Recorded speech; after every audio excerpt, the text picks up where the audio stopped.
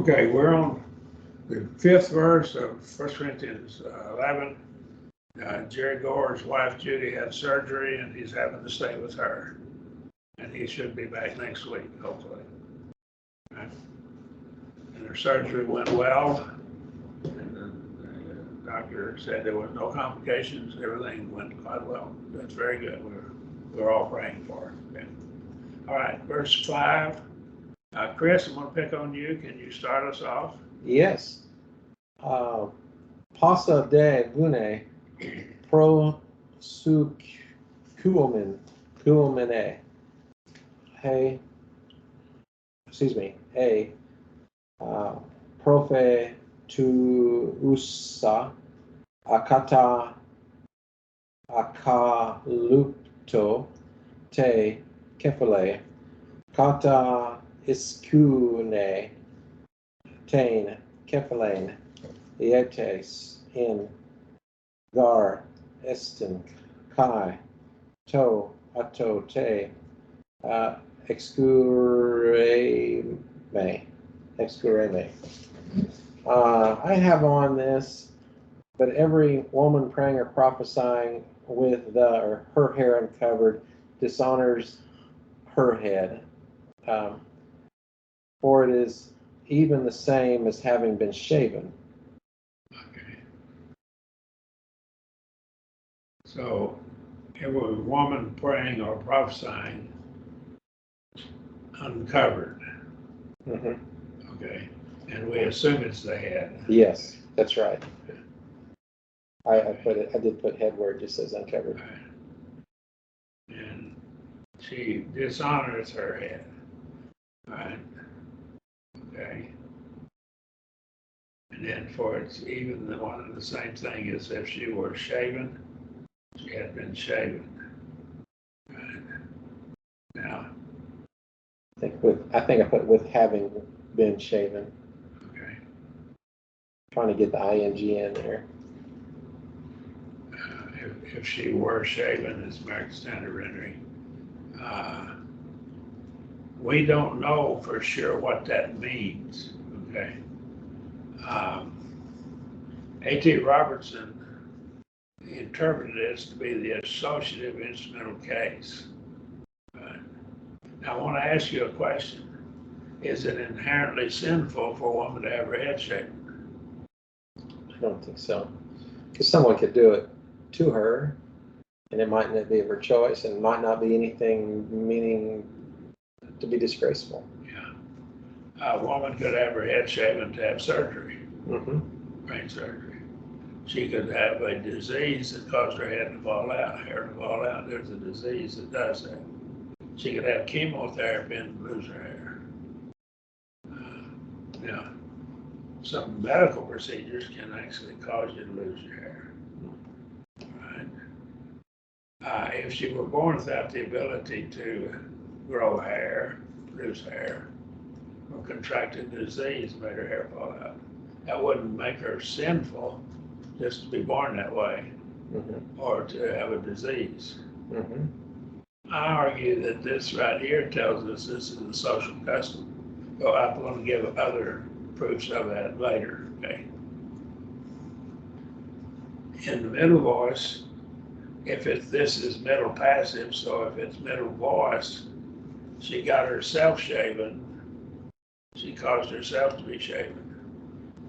That it appears that the temple prostitutes had their heads shaven, and that would be the mark. That would separate them from the other women. According to what I've been able to determine, the claim is that there were 1,000 priestesses, and here's the word that's used for them, temple slaves, right here in the middle of the screen, that these temple slaves were prostitutes selling their bodies to make money for the temple of the Aphrodite Pentemus. Okay. So we have the perfect participle had been shaven and continues, so that's the perfect tense. And the words hen and that's one. And the same auto or nominative case is because AME takes a predicate nominative. So this is a predicate nominative as its object. So does not refer to the, I don't believe this does not refer to a mixed assembly because Paul doesn't allow the woman to prophesy in the mixed assembly. We find this in the 14th chapter. So, women were forbidden to speak, to be the speaker in the mixed assembly. We'll get to that in chapter 14, verse 33 through 36.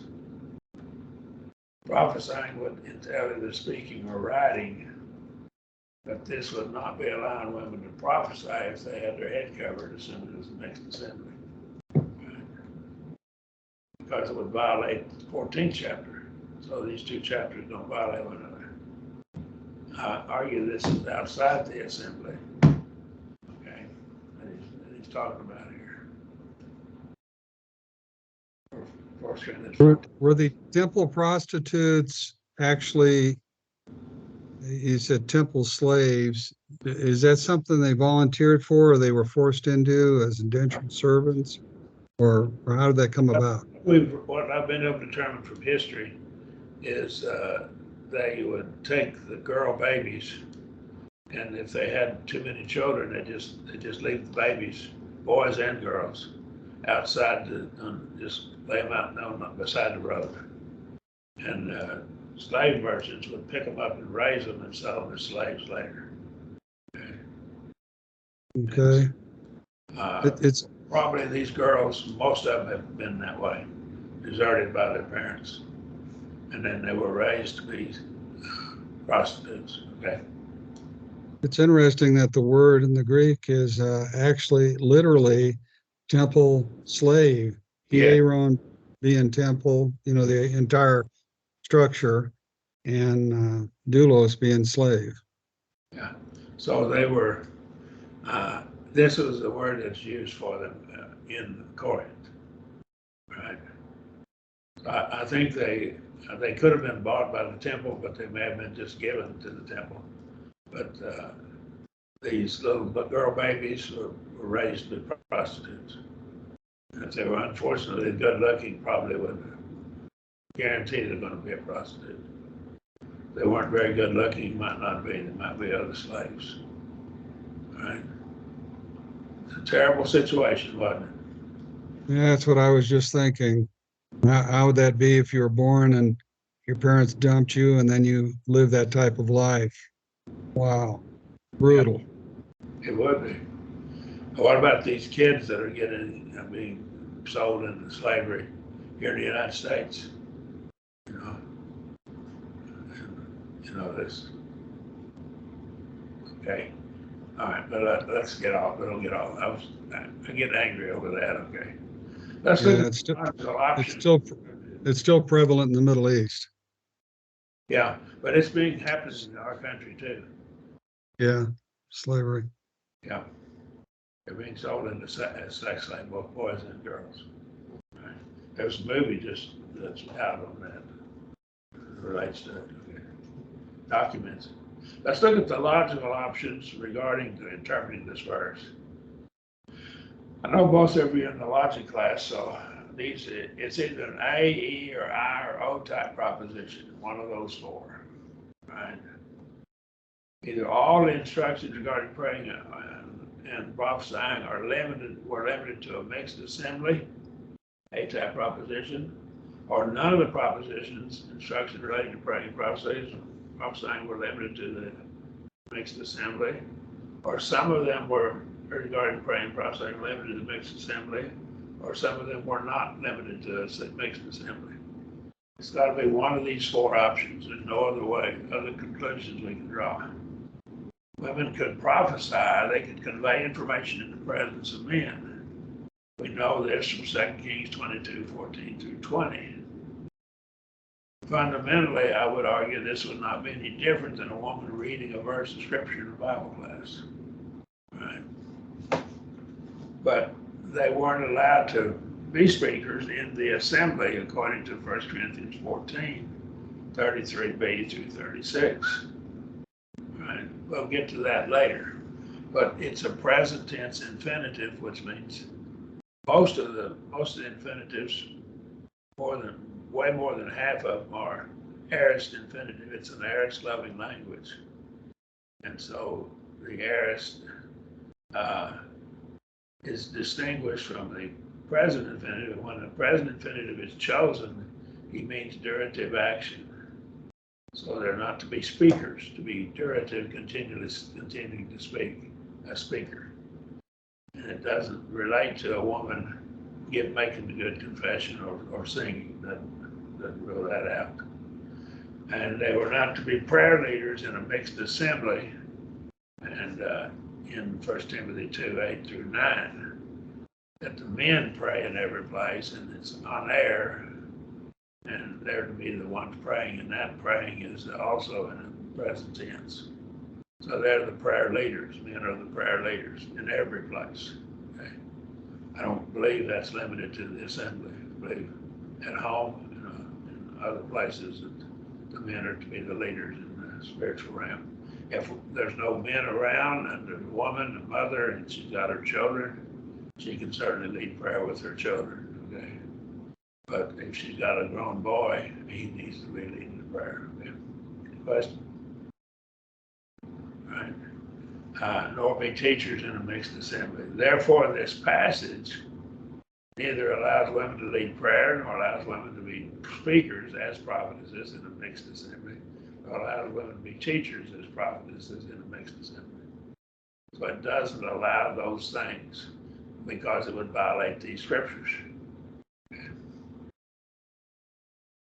Now, either all the instructions regarding both praying were limited to a mixed assembly, non-assembly, a type, or none of them were limited to a mixed non-assembly, or some of them were limited to a mixed non-assembly, or some of them were not limited. Both praying process were not limited to places outside of the mixed assembly. Right? So again, we got those four options, and we have to draw a conclusion from it. And my conclusion is that this is not relating to, he's not talking about prophesying in an assembly of the church, because they're not allowed to do that anyhow. And if a woman were prophesying, and she were preaching in the assembly, she'd be out of line. So he's regulating this outside the assembly, what he's looking at. And I know that doesn't fit what rather many people think.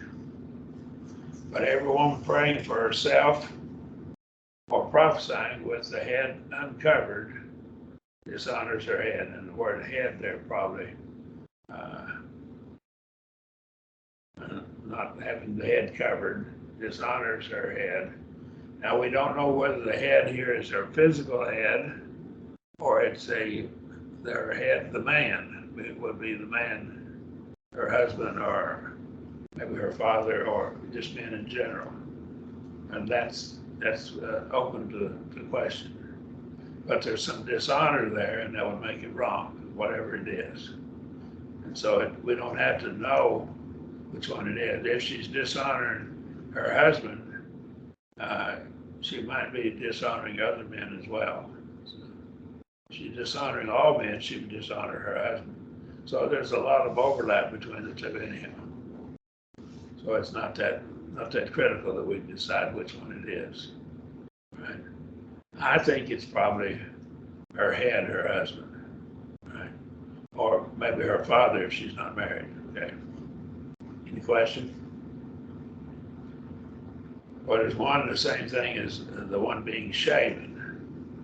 And so if the temple prostitutes were shaven, my conclusion is this, that both slave women and temple prostitutes were shaven. Their heads were shaven. And that'll get to, if my conclusion is correct, that will explain some other things we're going to run into here. And so if a normal free woman wore her hair, she had a head of hair, that would distinguish her from the slave women and from the prostitutes. But the Christian slave women would have to do what? They'd have to wear some covering over their head to distinguish them from the prostitutes. Does that make sense? That's the conclusion I've arrived at. And again, I'm not necessarily the authority here. Okay. Questions? All right.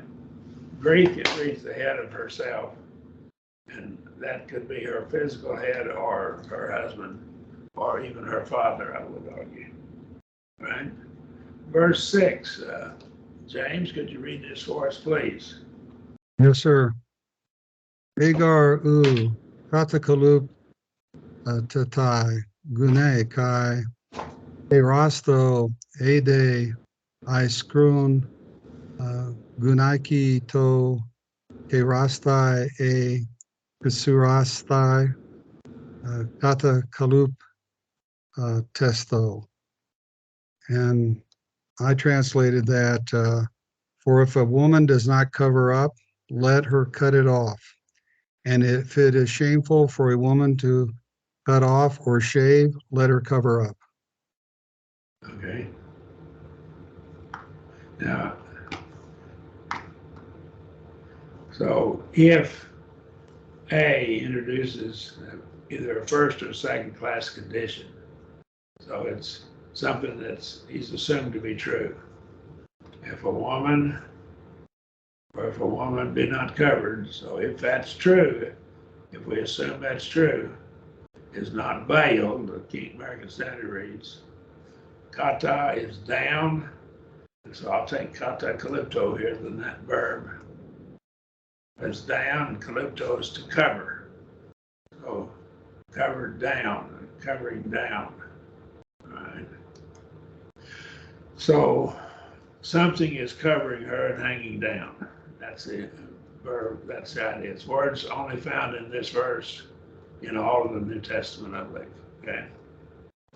And it's found twice in this verse. Probably the middle voice, that was Thayer's opinion. Now, Thayer said that, but it was his opinion. Let me see here.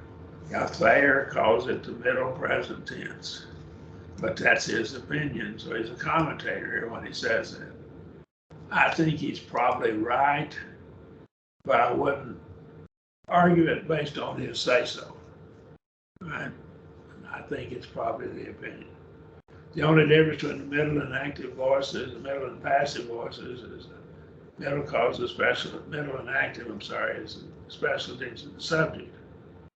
All right, and right here, Robertson says the active voice of the subject is merely acting, in the middle subject acts in relation to himself somehow.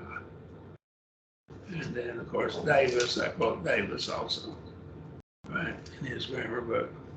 There's no English equivalent to the middle voice. We have to explain it. All right.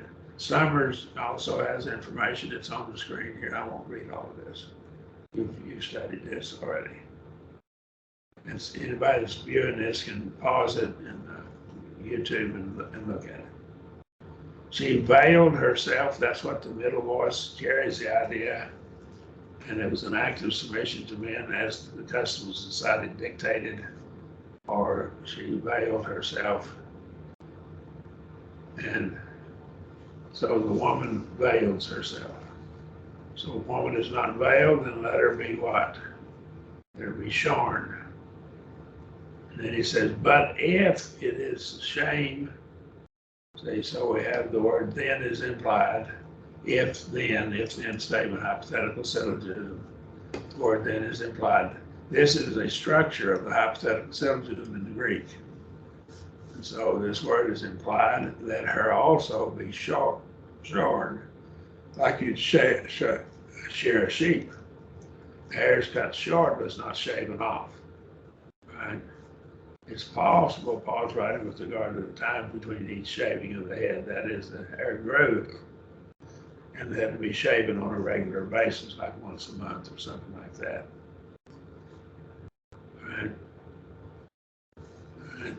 we'll get to more of my evidence as we develop this.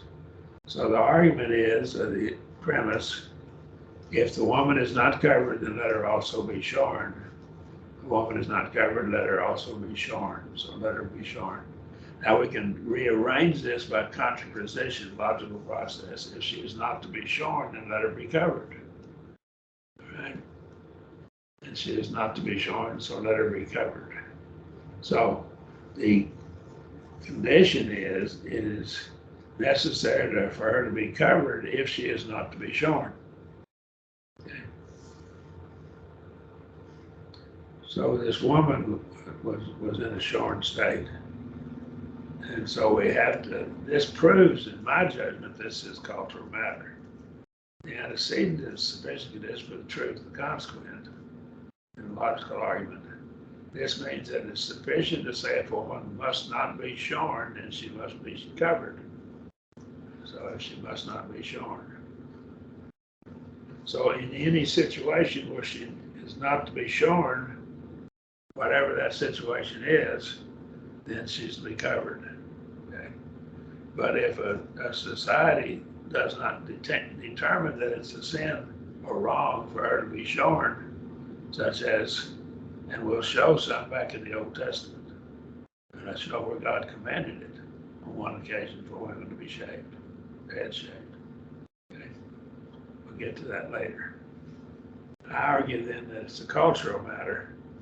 This would fit in with my claim that the prostitutes have their heads shaven and that the slave women have their heads shaven, so the slave women would probably wear a veil when they went around to keep them separate from the prostitutes, so that the men wouldn't be trying to accost them for prostitution.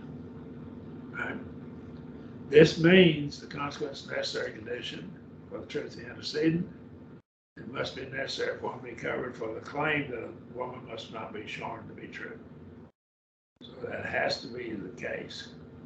It must be necessary for her to be covered for the claim that it must be shorn to be true. Right?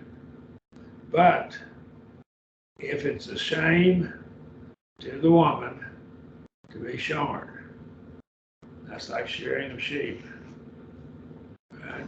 Cutting the hair short or going around with it in short, or shaven.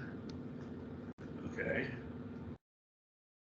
Now, Molden, again, they're commentators when they say this. Right? Right? So they tell us something about this. He says, this act of cutting, he says it's a middle voice, and he says both cutting the hair short and shaving the hair are in the same category. And I believe that's true from the Greek text. So they are in the same category because of the structure. Let's look at it and see that. All right. Or, see, the or puts them in the same category. Right?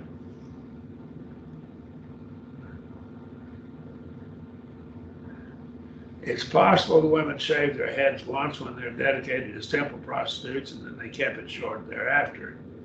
This is an iterative, would be the iterative present tense. It's repeated action. As the hair grows, they shave it again. They keep shaving it. Okay, and that's what iterative means. Right? Iterative, the present tense, may be used to describe that which recurs at successive intervals or conceived of in successive periods. That's called the present of repeated action according to Dan and Mandy. Okay? I believe that's probably what this is. Robertson says this is permissive middle. Okay? Right. She may be submitting to it. If she's a slave, she doesn't have any choice. Okay? Right. Then let her be veiled.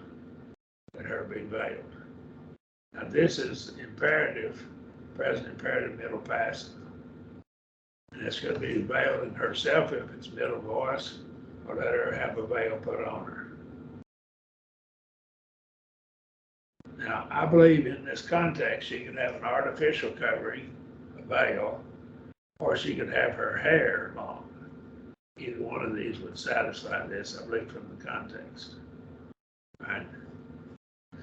So this is a first-class conditional sentence. If it's a shame to a woman to be shorn or shaven, then let her be covered. It's a shame to be shorn or shaven, let her be covered. By contraposition, if she is not to be covered, then it's not a shame for a woman to be shorn, and it's not a shame for a woman to be shaven. So if she's not to be covered, then it's not a shame. So it must be necessary. If she's not to be covered, then it would have to be necessary that this not be a shame. Well, if we had a society where it wasn't a shame to do either, then this would not to be covered. That would imply this. Right? All instances that we put it as a categorical syllogism where it's a shame for a woman to be shorn or shaven, or instances where women ought to be covered. The situation in Corinth is an instance where it's a shame for women to be shorn or shaven. It's an instance where women ought to be covered. Now, the question is this just limited to Corinth, or is it limited to that time? In other words, it still haven't proven it's a cultural matter by this argument. I admit that. Right? It wouldn't be satisfied if it's either a custom or it's a universal truth, principle of truth. It's obvious from the context, however, that it's a custom as we argue this. The first reason is because there is no appeal to the Old Testament for support of the covering. The second reason is because there's no passage in the Old Testament requires women to be veiled. Okay? Now, I'd ask you, how can women know of Sarah's beauty, but men know of her beauty if she was veiled? Genesis 12:11 and 12:15. Right? If she had a veil on, they couldn't tell she was beautiful. How could men know Rebekah's beauty if she were veiled? Genesis 26:7. Right? How could Eli, the priest, see Hannah's lips moving if she had a veil on? 1 Samuel 1:13. Hannah was praying without a veil in this passage. We know that because he could see her lips moving. Okay, does that make sense? Right. This could be answered by claiming the covering of the woman is a new law under the New Testament. Of course, this is easily answered by pointing out that Paul appealed to the Old Testament for the underlying principles for this doctrine in this very chapter of the headship. It goes back to creation, back to the patriarchal system. Right. When Paul wrote, let her be shorn, let her also be shorn, he was saying that her actions were so contrary to the social norm that placed themselves in the category of the temple prostitutes. I believe that's what is being said here. It's a shameful thing. So I translated this, or if a woman is not covered, then let her also be shorn by herself. And I footnoted in 348, or let her be shorn, because it's middle or passive. So I gave the option of taking it as passive voice. But if it's a shame to a woman to be shorn or shaven, then let her cover herself. And again, this could be let her be covered. It's middle or passive. Right? Now, right here, a book Tacitus Agricola wrote with regard to the Germans in his treatise on Germany. And this is a quote from Germania by Tacitus Agricola. Adultery is extremely rare among so numerous a people. Talk about the German people. Its punishment is instant, and at the pleasure of the husband. He cuts off the hair of the offender, strips her, and in the presence of her relations, expels her from his house and pursues her with stripes through the whole village. Okay. So that was what happened in Germany, okay, at that time. It appears that harlots covered their faces in some instances in the Old Testament. That doesn't prove it did in the New Testament, however. Keep that in mind. In this case, Tamar disguised herself as a prostitute, a harlot, in order to get Judah to actually perform the elaborate marriage relationship. Right? Any question? Finley. Yes, go ahead. I'm going to back up just a little bit. You had mentioned that the reference might be to a veil or long hair, either one. They cover different areas, do they not? In other words, the veil would typically cover the face to some extent. Well, it could, yes. Uh, It, do you see we where I'm? consider it to be a veil, but it's a covering. Okay, that's what it is. And what's considered covered then? Well, that's the question. What is Okay. covered? And it's not explicitly telling us in this Okay. time. In Volume 2 of the Expositor of the Greek Testament, page 872, Findlay wrote, the argument appeals to Greek and Eastern sentiment. Physical barefacedness led to the inference of a moral in a city like Corinth. So the women weren't to show their faces, according to him. So he's arguing that it covered the whole face. Okay. Question? Yeah, the long hair just didn't hit me that well in the sense that it almost was as if the word was being used two different ways, a veil or long hair. Well, we'll get back to the long hair later.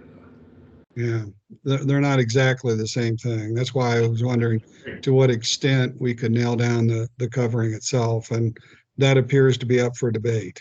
Yeah. 4, verse 7. Let's go to verse 7. And are we back to Chris? I guess so. Yes. Aner min gar uk o phile kata ka luptestai tain keplain ekon kai doxa theo hupar kon guna didoxa andros estin. I have for a man indeed ought not to cover the head, being but the image and glory of God, but woman is the glory of man. Right. Or the continuing explanation. A man. Now, this is on air. This is not a generic word like anthropos. This is on air. This is a man, not a woman. Right? Indeed, he is obligated not to have his head veiled. Now, I want you to read this. What this passage is saying, the word not here modifies the word ophele. I want you to see something about this. I want to show you. I don't believe this is translated correctly. Right. The verse is saying that a man has no obligation to have his head covered. It's not translated right. And so I want you to see how I translate it. I want you to study on that before next week. For as much as he is the image, the icon, right? He's the image, right? And the glory of God. It's possible that certain ones were claiming that men should have their head covered when they worship, perhaps Jews and Romans. Now, we had 3 groups in the church. We had Greeks, Romans, and we had Jews. And they all had different cultural backgrounds. Paul would be saying, by the Jews' word ophele, that men have no obligation to cover their heads when worshiping. He's saying they don't have an obligation to cover their heads when worshiping. And I believe that's what the passage is saying. The adverb ou or uk, not, goes before the verb ophele in the words of Robertson. In general, the negative comes before the word or words that are negativized. Now, it's common, Robertson, page 423, and Robertson, page 1162 in Big Grammar. It's common to say that in the New Testament, ooh, that's the word not or no, does not occur with the infinitive, not even in indirect assertions. It doesn't go. Now, may goes with the infinitive. From this, it's evident that the verb ophele is negativized here, not the infinitive, not the kalupthesai. Is that clear? Unfortunately, the translators rendered this as if the infinitive was negativized. Paul is here denying that man has an obligation to cover his head. So it's evident that someone was claiming that men ought to cover their heads when praying or prophesying. Paul is denying that men have this obligation. They don't have the obligation. Man and women are both made in the image of God, Genesis 1:26 through 27, and Genesis 9:6. Man, however, was the first image and glory of God because of this he's given primogeniture rights. Right? But the woman is the glory of the man because she's created out of man. God created woman from man because of this she should conform to all things that depict her subjection. Right? This includes all laws of God, of course. It also includes all customs and laws of society don't conflict with the word of God, Acts 5:29. This is an appeal to creation because either man or woman sinned before they sinned as the basis of these instructions. This makes the headship of man the first image, beginning image, to be the timeless principle. Now, let me give you this. You think that I'm just wild here. Here's Stanley Porter in his Greek grammar book, his Greek book. This verse is saying that man is not obligated to cover his head. The Jewish and Roman men were probably saying to make the Greek men cover their heads. Stanley Porter wrote 1 Corinthians 11:7, and he quotes this verse, for a man is not obligated to have his head covered. This is how he translates it. Okay, so I'm not alone. I've got him, and he actually has it rightly translated. Okay, this is in your notes. Okay, any questions? So Marion's translation is, for man indeed is not obligated to cover the head, being the beginning image and glory of God, but woman is the glory of man. Any questions? Somebody was saying the men ought to have his head covered too. And he's saying they don't. Right. And the translators did not render it correctly. Ooh, and it's ook. The kappa is there because we have the next word begins with a vowel, omicron. So it's ooh. Ooh negates, it never negates infinitives or participles. Right? It always negates verbs. Okay? May, mu, eta negates infinitives and participles. Okay? Tenses, moods, right? Subjunctive moods, so forth. Any question? On today's practicality of this, in our culture, usually the men have their head uncovered. Well, because of this passage, that's because of the interpretation of this passage. I always uncover my head when I pray. If I was preaching at a funeral and it was like 20 degrees outside and the wind was blowing. Yeah. And I had a hood on. So whenever I got up to preach, I pulled the hood back and my head got cold, but I left it uncovered. Most of the people in the audience and they were outside at his graveside, and they covered their heads up. The men did. Nobody had, but they had their head uncovered. I did it because I thought people thought I had to. I don't think I had to, but I didn't want to be a stumbling block to anybody. That could be the same for an outdoor worship service, where a hat might be necessary for something. Indoor, we don't usually wear a hat inside, but some people do. I guess that might be on the men's side of it, a toupee or something like that. but we would not look at that as an issue. Well, some From people script. would, but I Okay. don't think it should be an issue. Okay. That's what I'm saying. Yeah. But it's a cultural matter in the United States. Mhm. But the thing is, they apply this cultural matter in the assembly and outside the assembly. Yet they want to apply the women with the covering only in the assembly. Okay, so I see what it's saying. Mhm. They're not consistent. Yes. So we're not through with this. We've got a bunch more arguments to make. Okay. All right, so be aware of that. Okay, whose turn is it to read? James. James? It's me. We do verse 8 for us, please. Yes, sir. Ugar estin aner ek gunaikos, alagune exandros. And I translated that, for a man is not out of a woman, but a woman out of man. Okay. And here, let me point out here, uh, the woman, but the man is not out of the woman, but the woman is out of the man.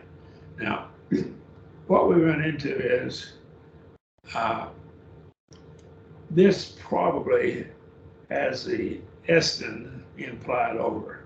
Woman is not out of the man, but the woman, the man is not out of the woman, but the woman is out of the man. And the word estin is probably implied here. It's elliptical. Okay, that would be the structure. They just leave it out. Okay, elliptical. For the woman, the man is not out of the woman. He didn't come out of her, but the woman came out of the man. Now, if you go to Genesis 2, you'll see she is bone of my bone and flesh of my flesh. She's taken from his rib, the King James. Most translations have rib, but the Greek, the Hebrew word is from the side. And the text says it was both bone and flesh. So I think God took part of the rib and he took some flesh with it too and made Eve. Okay, that's my conclusion. All right, any questions? It's some of both. All right. A piece of the side, and the text says it was bone and flesh. Okay. For the man on air is not out of the woman, but the woman is out of the man. For readability, we would say maybe the man is not, let's see, for man is not created out of the woman. But about the understanding of that? Probably. I wouldn't have any problem with that. But the woman was created out of the man. Yeah. Adam was created from the dust of the ground, but Eve was created from part of Adam. Out of his side, including his rib. No, Adam said, bone of my bones and flesh of my flesh. And I have the Hebrew word here, translated rib. It's found in 33 verses. Usually translated side, S-I-D. And you can take this Strong's number H6763. I put the Strong's number in my notes for someone to speed it up, make it easier for them to find it, okay?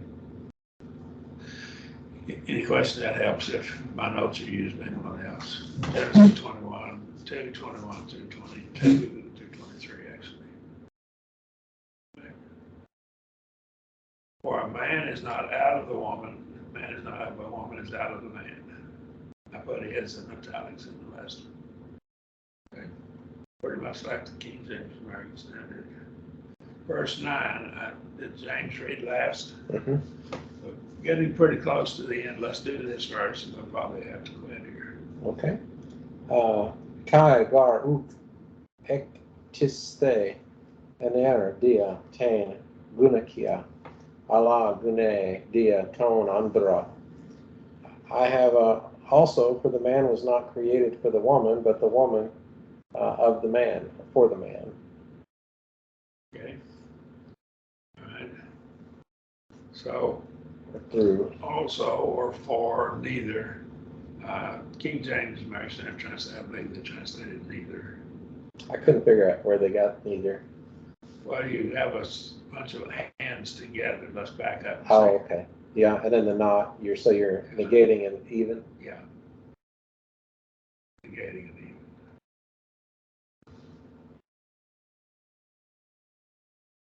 So not even, see. Not taken out, neither was the man created for the woman, but the woman for the man. So he was not created for her, but she was created for him.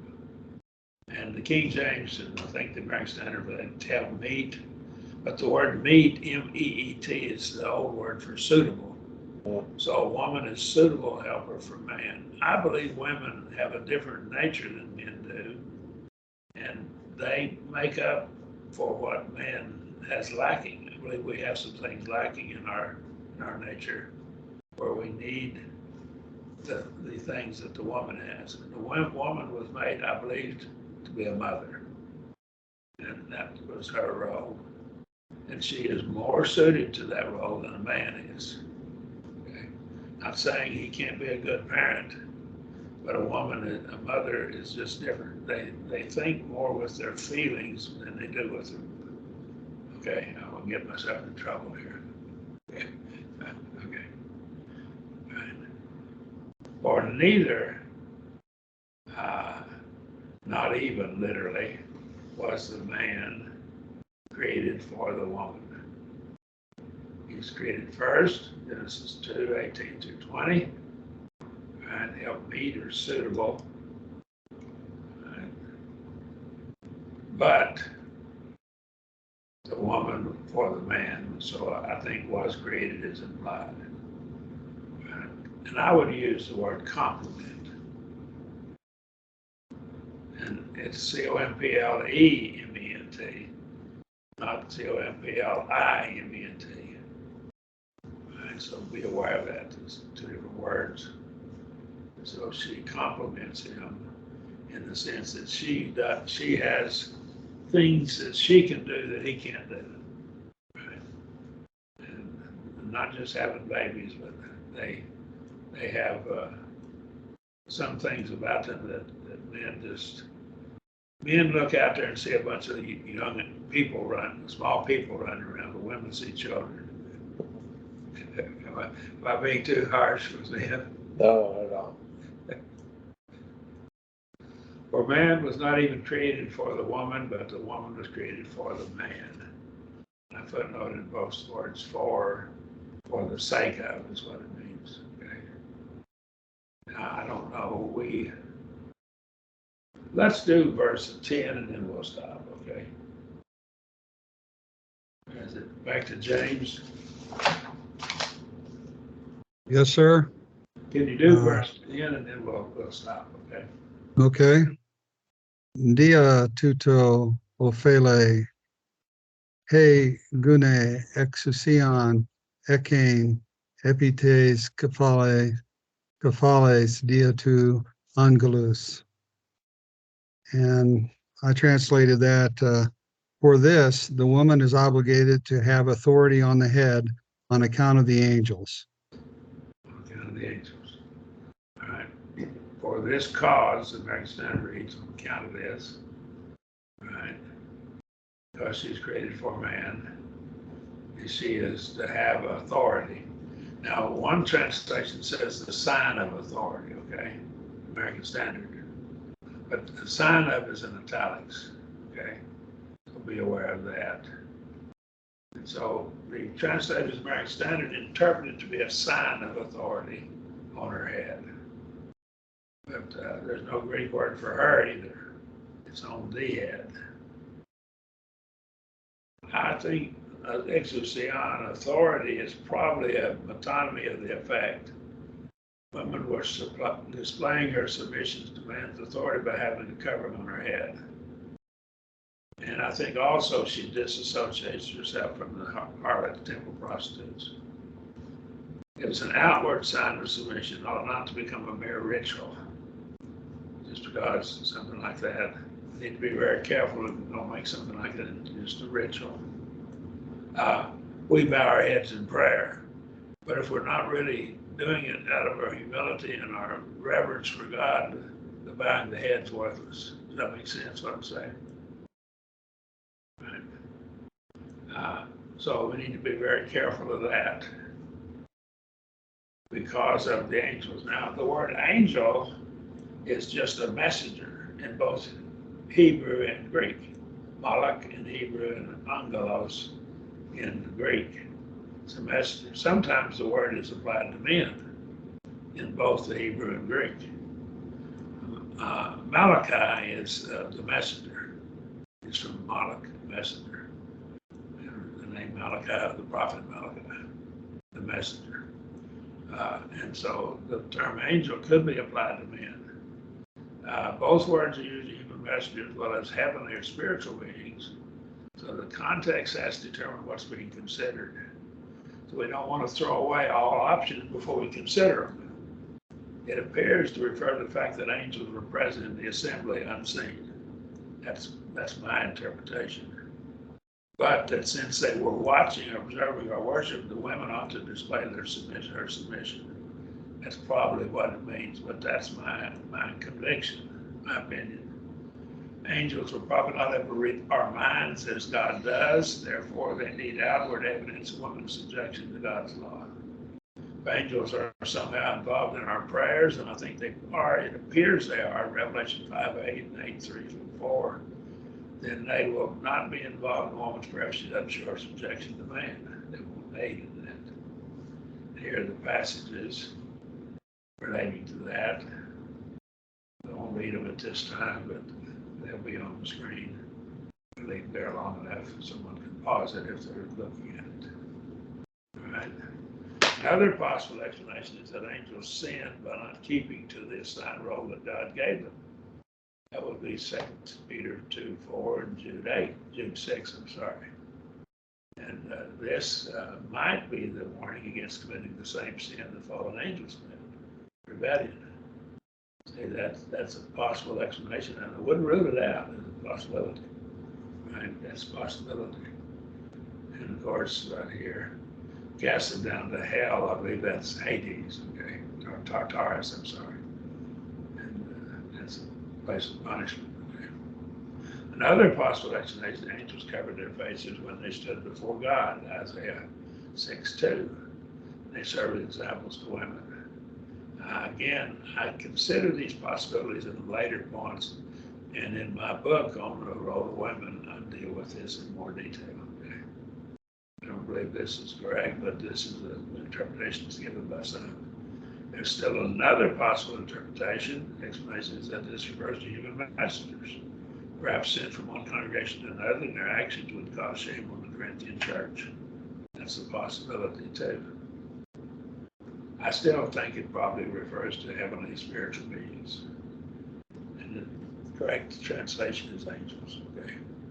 So I translated this: for this cause, the woman is obligated to have a sign, and I put that in italics, of authority on her head because of the angels. And I put head, and notice the footnote on the head because of, or the word translated angel means a messenger, either something, a human, or a spirit being. Okay. So the sign that they were looking for was either the hair that was not shaven or shorn, or a veil covering of some kind would be the two. If this is a custom, we are not to just in rebellion say, look, I don't have to do this. And see, I could have said whenever I was preaching this funeral, and there were denominational people in the audience, I could have said, I don't have to take my hood down to get up here and preach and lead prayer and pray.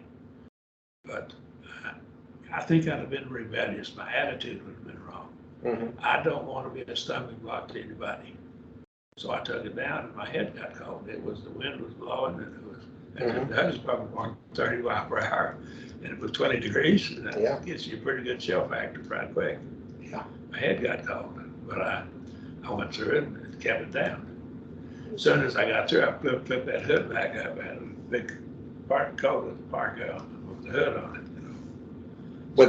Can we say the same attitude be, say, for the young guy who goes up there and preaches in his baseball cap because he's comfortable in it? Yeah. And that'll put off a lot of people too. And puts them off, and they don't listen to his preaching. And and they take something that's not really important. And he should see the importance of the gospel. I don't want to be a stumbling block to anybody. I don't want to be rebellious. Just because I have the right doesn't mean I ought to do it. Oh, Does I that make agree with it sense? does. Yeah, appreciate it. James, anything to add there? No, sir. Okay, we're going to start with verse 11 next week. And both of you have my Role of Women book. I devote a whole chapter to these 16 verses. Okay. So don't cheat on, do your own translating on it, but you can read my comments if you want to, okay? All right. You're still recording. Yes, I'm gonna get out of